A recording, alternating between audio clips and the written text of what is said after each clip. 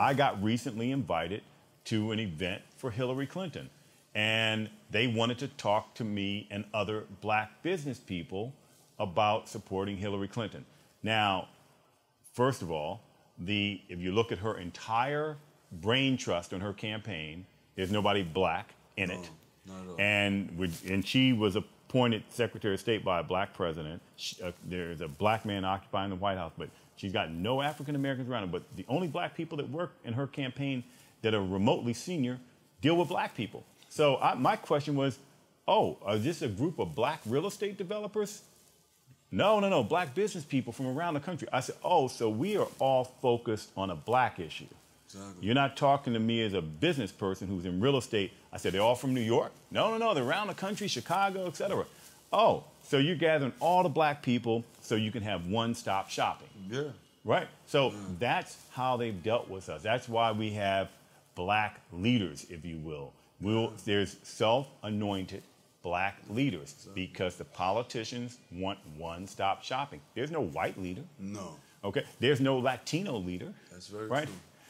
There is only constituency out. There are no gay leaders. That's very right? true. They're activists, but there are no gay leaders. But when it comes to one constituency, we have somebody who speaks for us. And then we have to trust them to cut the good deal for us so the politicians don't have to go directly to us and make their case to us. No. And we allow that to happen. And so the same thing in business. They deal with us that way. We'll work it out with so-and-so.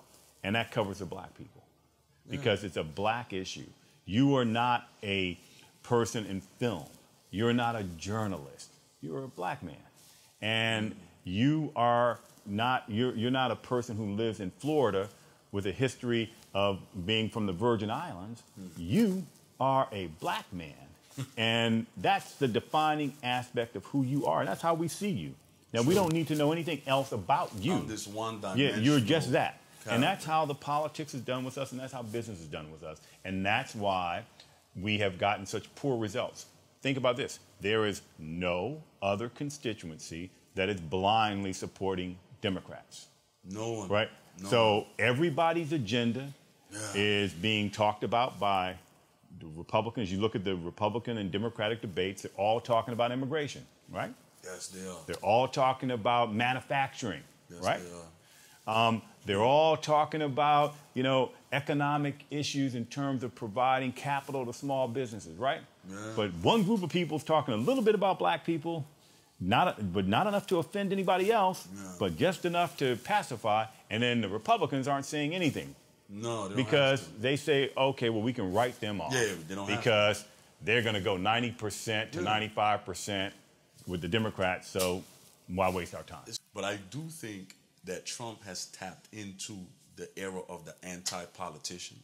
So I think the American public is so annoyed by the lack of authenticity and people selling them something that anyone who's speaking truth, even if it's off base or not, it's refreshing to them. I personally think that Trump is building a global brand. I don't know. I agree with you, by the way, about what he's tapped into. I think that what has happened is people don't trust politicians, rightfully so, because they say one thing, when they get elected, they do something else. We look at the decline of manufacturing in this country as a direct result of the North American trade, program. We look at mass incarceration, and the cause of that was Bill Clinton. He's the one who signed the crime bill. And so how could we run towards her when to solve the problem that her husband has created? So, I think with Trump, I know Donald. I don't see him as a racist either.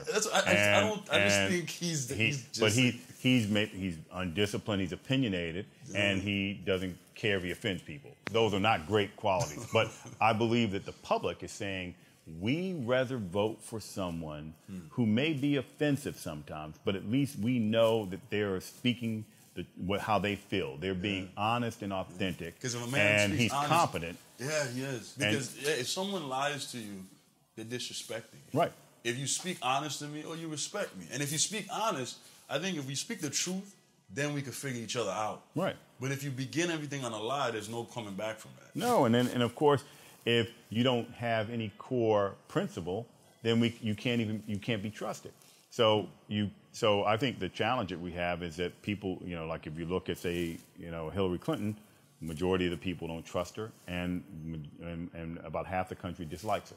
Yeah. So it's hard for people to say, I'm going to elect someone I don't trust or like. That's why Bernie Sanders is getting, traction, because people say, right, and also because he is saying what he believes. You may not agree with what he believes in or he's saying, but you don't feel he's lying to you. And with Trump, I think it's the same thing. Also, the country's problems are more widespread. Before, those who were suffering economically were powerless. And so therefore, they were powerless and voiceless. Now, the entire country is suffering. The misery has been spread out to a much broader group of people. And that broad group of people is now having, anger and frustration, and they are now expressing it. And that's now bringing about this political revolution. And I would argue that CEOs and people in positions of power, even if they don't care about the poor, for their own self-interest, they need to focus on that, because desperation is a hell of a thing. Yes. It leads to revolution. It leads to, the comforted being afflicted.